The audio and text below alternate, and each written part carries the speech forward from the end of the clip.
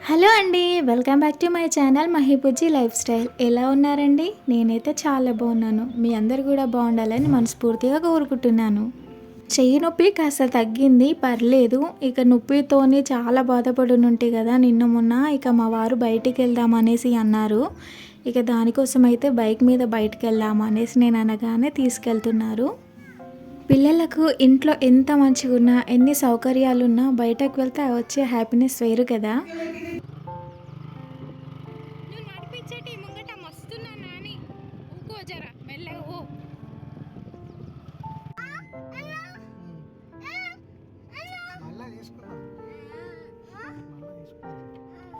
మా వారి వాళ్ళ ఫ్రెండ్ పట్టంచెరులో ఉంటుండే ఇంతకుముందు. ఇప్పుడు వాళ్ళు ఇక్కడికి షిఫ్ట్ అయ్యారు చాట్‌నగర్‌కి.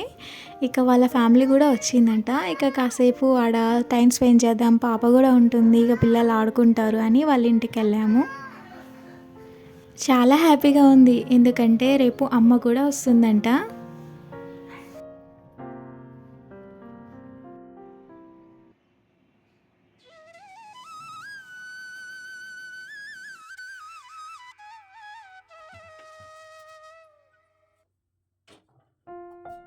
మన లైఫ్ చాలా చిన్నది కదా! మనం ఎప్పుడు ఏది అనుకున్నా అది చేసేయాలి. రేపటి గురించి పోస్ట్‌పోన్ అస్సలు పెట్టొద్దు. ఎందుకంటే రేపు ఏం జరుగుతుందో తెలియదు కదా! అందుకే. ఇక మనకిష్టమైనవి ఏదైనా సరే తినేయాలి, హ్యాపీగా ఉండాలి. ఈ రోజులలో చాలామంది పరిగెడుతూనే ఉన్నారు సంపాదించాలి, కూడబెట్టుకోవాలి అని. అందుట్లో మేము కూడా ఉన్నాము. అసలు రోజులు అయిపోతూనే ఉన్నాయి. అసలు ఎంజాయ్మెంట్ అంటే తెలియదు. హ్యాపీగా ఉన్న మూమెంట్సే లేవు చాలామందిలో. నిన్న మా వారితో కలిసి బయటికి వెళ్ళాను కదా బైక్ మీద. నిజంగా వచ్చేటప్పుడు ఎంత హ్యాపీగా అనిపించింది అంటే, చిన్న ఉద్యోగం, చిన్న ఇల్లు, పిల్లలు ఇద్దరు, చిన్న సంపాదన, ఎంత బాగా అనిపించింది అసలు. కావాల్సినవన్నీ తీసుకున్నాము, హ్యాపీగా ఇంటికి వచ్చాము. కానీ కొందరిని చూస్తే అసలు అలా అనిపించదు. వచ్చి రాగానే ఫోన్ చూస్తారు, లేదా ఫ్రెండ్స్తో బయటికి వెళ్తారు. కానీ ఈ విషయంలో నేను చాలా లక్కీ అని చెప్పుకోవాలి. ఎందుకంటే డ్యూటీ చేస్తారు, ఇంటికి వస్తారు, పిల్లలతో నాతో టైం స్పెండ్ చేస్తారు. ఈ విషయంలో నేను చాలా లక్కీ అనిపిస్తుంది. ఈ చెయ్యి నొప్పి వల్ల అసలు నేను సరిగ్గా పనులు చేసుకోలేకపోయాను. ఇక నాకైతే ఆ జాడ పట్టుకోవడానికి కూడా రాలేదు. ఇక కాస్త మెడిసిన్ తీసుకున్న తర్వాత పర్లేదు, ఇప్పుడైతే కాస్త చేసుకోగలుగుతున్నాను. ఇక నేనైతే పొద్దున్నే లేచాను. ఇక నాతో పాటు చిన్న బాబు కూడా లేచాడు.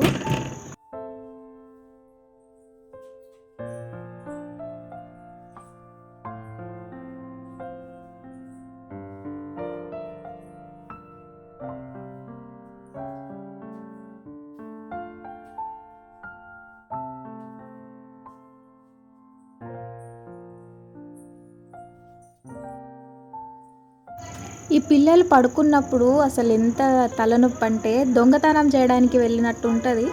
అల్లరి చేయకుండా, సపోర్ట్ చేయకుండా వెళ్ళి పనులు చేసుకోవాల్సి వస్తుంది. అయినా కూడా మా చిన్న కొడుకు మాత్రం నాతో పాటే లేస్తాడు. ఎట్లా లేస్తాడో అర్థం కాదు.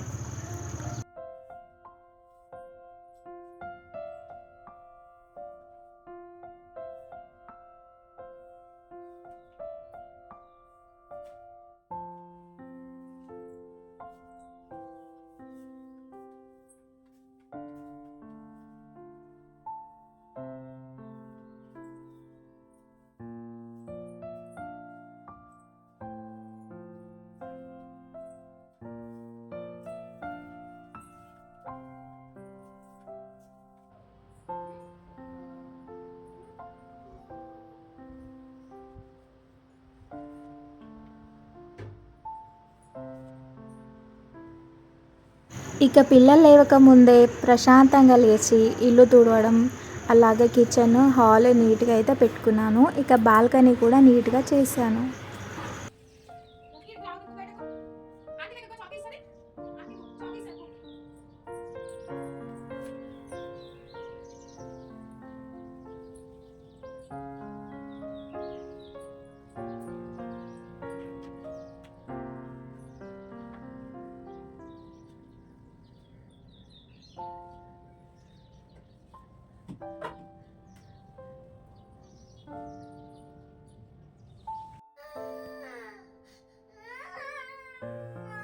Sorry sorry please sorry please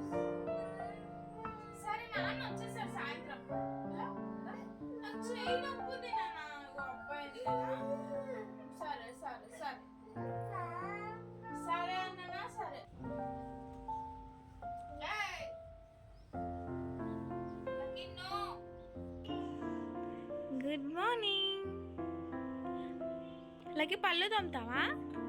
పళ్ళు తోముతావా? ఎట్లా తోముతారు పళ్ళు?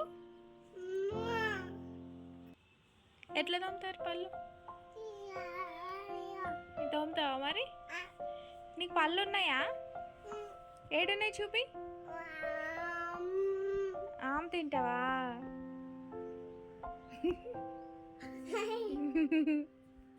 గుడ్ మార్నింగ్ చెప్పు. నమస్తే నమస్తే చెప్పు నాన్న. ఇచ్చుడు లక్కీ పాప. హలో.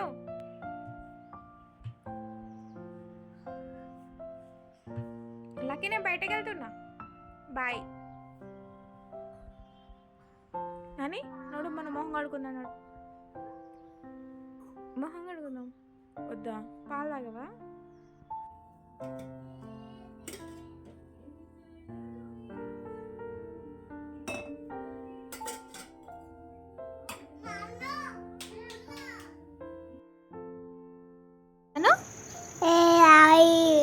హాయ్ ఫ్రెండ్స్, మా మమ్మీ ఛానల్ని సబ్స్క్రైబ్ చేసుకోండి, లైక్ చేయండి.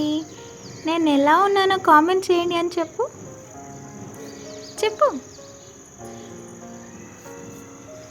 స్టవ్ పక్కకు పెట్టుకోవడం వల్ల కూరగాయలు కట్ చేయడానికి, పిల్లలు కూర్చోవడానికి, వాళ్ళు ఆడుకోవడానికి కూడా చాలా కంఫర్ట్గా ఉంది. కాస్త కిచెన్ చేంజ్ చేయాలి. కర్టన్ తీసి కాస్త డెకరేట్గా చేద్దాం అనుకుంటున్నాను. ఆర్డర్ పెట్టాను. అంటే మొలలు కాకుండా అతికించేవి క్లిప్స్ ఉంటాయి కదా, అవి ఆర్డర్ పెట్టాను. ఈరోజు వస్తాయి. నేను ఏదైనా ప్రశాంతంగా పనులు చేసుకోవాలి అంటే పిల్లలు శాంతంగా ఉండాలి. అందుకనే వాళ్ళతో టైం స్పెండ్ చేస్తున్నాను. కాస్త వాళ్ళని ఆడిపించాను అనుకో, వాళ్ళు కూల్ అయిపోతారు. ఇక వాళ్ళు తినేసి హ్యాపీగా ఆడుకుంటారు. ఇక నేను పనులు కూడా టకటక చేసుకోవచ్చు.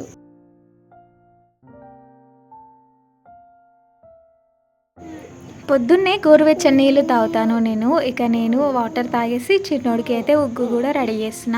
ఇక వాళ్ళకి తినిపించానంటే వాళ్ళు ఆడుకుంటారు. ఇక నేను వంట స్టార్ట్ చేయొచ్చు. పిల్లలున్న ఆడవాళ్ళు వంట చేసుకోవడానికి చాలా ఇబ్బంది కదా. నేను ఫేస్ చేస్తున్నా కాబట్టి నాకు తెలుస్తుంది. అందుట్లోనూ కర్రీస్ చేయడానికి. రైస్ అంటే మామూలుగా పెట్టేయచ్చు, కానీ కర్రీస్ చేయాలంటే చాలా టైం పడుతుంది. ముఖ్యంగా కొన్ని కర్రీస్ అయితే టైం పడుతుంది, కానీ కొన్ని కర్రీస్ అయితే ఈజీగా చేసుకునే ప్రాసెస్ ఉంటుంది. అదేంటంటే అందుట్లోనూ ఈరోజు నేను బీరకాయ చేసిన. బీరకాయ ఎలా చేయాలంటే మామూలుగా అన్నీ కలిపి పెట్టడం మా అమ్మ దగ్గర నేర్చుకున్నా. నేను ఉప్పు, కారం, అల్లం వెల్లిగడ్డ, ఇంకా ఆయిల్ అన్నీ కలిపి పెట్టేస్తా. మంచిగా అది దగ్గరికి ఉడికిందాకా అలాగే ఉంచాలి. కొద్దిగా స్టవ్ చిన్నగా పెట్టి మనం ఏ పైనైనా చేసుకోవచ్చు, పిల్లల దగ్గర ఉండొచ్చు. ఇక నేను అలాగే చేశాను. ఇక ఆ టైంలో నేను పిల్లల్ని ఆడిపించడం, వాళ్ళ దగ్గర కూర్చోవడం చేశాను.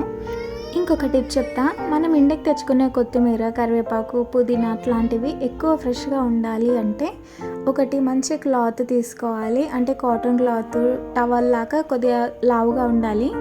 అది తీసుకొని తడపాలి. తడిపేసి కాస్త పిండేసి ఆ తడి బట్టలో వాటి నుంచి అన్నిటిని మూటగట్టినట్టు చేసి ఒక బాక్స్లో పెట్టుకోవాలి. 1 వీక్ వరకు చాలా ఫ్రెష్గా ఉంటాయి. నేను అలాగే చేస్తాను.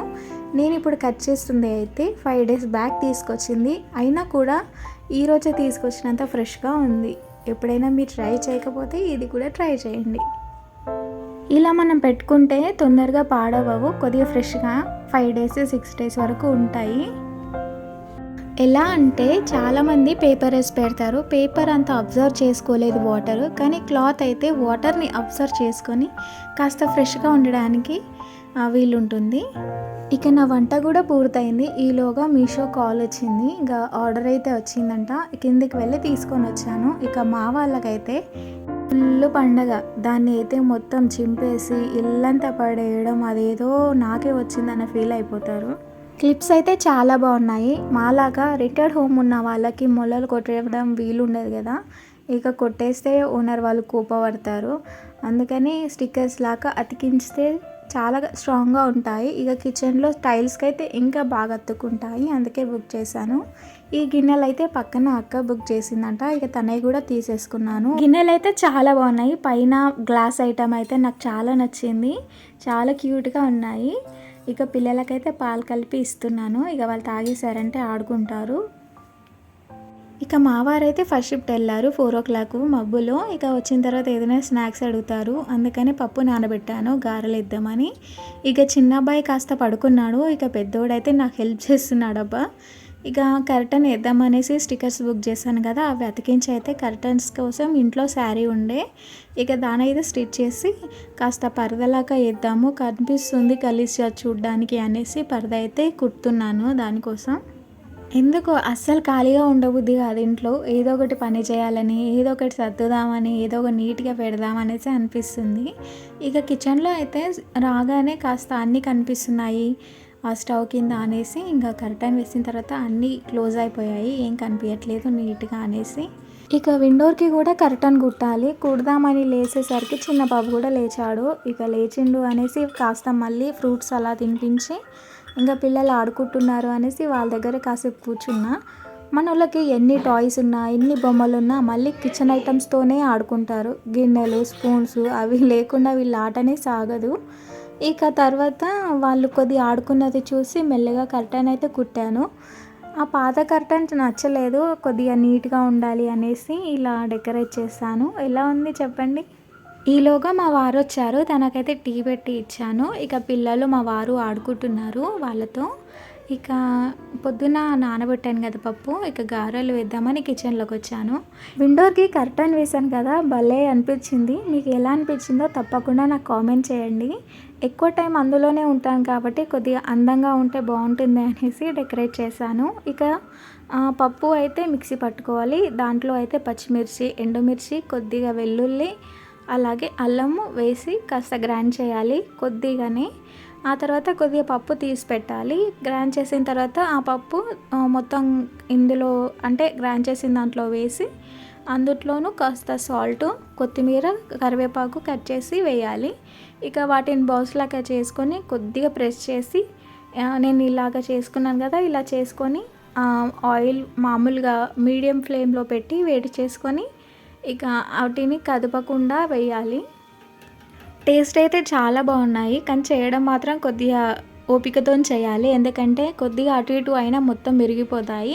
కాస్త మంచిగా కట్టుకొని మెల్లిగా వదలాలి. కింది వైపు మంచిగా కాలిన తర్వాతనే మళ్ళీ దాన్ని రివర్స్ మలిపి వేయాలి, లేదంటే అది మొత్తం ఇచ్చుకపోతుంది. మా వారికి ఇవైతే చాలా ఇష్టం, అందుకే ఓపికతోనైనా నేర్చుకున్నాను. ఇక అమ్మ వస్తుంది ఈరోజు అని చెప్పాను కదా, తను బస్ ఎక్కిందంట. ఇక ఆన్ ద వే మేము వెళ్ళి ఇక పిక్ చేసుకోవాలి బస్ స్టాండ్కి వెళ్ళి. ఇక నేనైతే ఫ్రెష్ అయ్యి పిల్లలను కూడా కాస్త కాళ్ళు చేతులు కడిగి ఇచ్చాను. ఇక వాళ్ళు ఆడుకోవడం మానేస్తారా, ఆడుకుంటున్నారు. ఇక నేను ఫ్రెష్ అయ్యాను, ఇక బస్ స్టాండ్కి వెళ్ళాలి. మెల్లిగా నాన్న, మెల్లిగా. వాడు భయపడుతుండ్రా.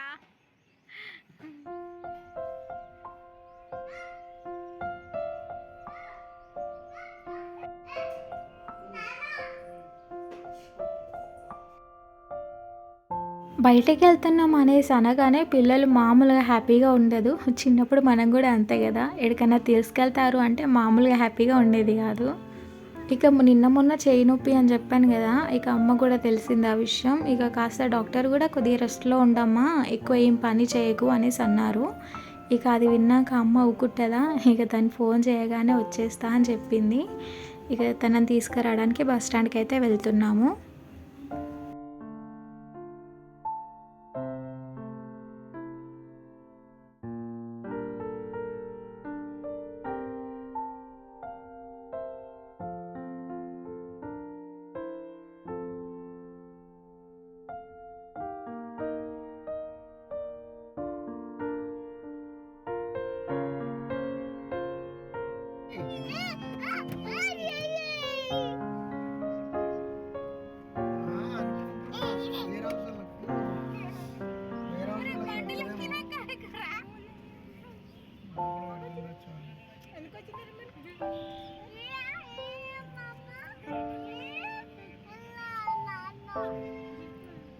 చూడు ఈవినింగ్ మనం రాస్తే ఫోన్ చేయకపోతే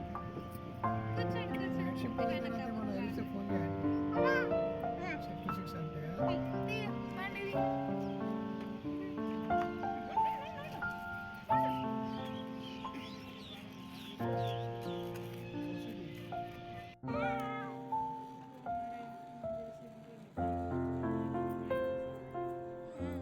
ఇక అమ్మమ్మ వస్తే పిల్లలకు కూడా పండగ, ఎందుకంటే మంచిగా ఆడిపిస్తుంది, తినిపిస్తుంది, ఇక వాళ్ళు అల్లరి చేసినా ముద్దు చేస్తుంది అని. ఇక అమ్మతో కాసేపు మాట్లాడుతూ వంట చేసుకొని అందరం కలిసి తిన్నాము. ఇదండి వ్లాగ్. మీకు నచ్చినట్టయితే తప్పకుండా సబ్స్క్రైబ్ చేసి ఒక మంచి కామెంట్ పెట్టి అలాగే లైక్ చేసి వెళ్ళండి. Thank you for the watching.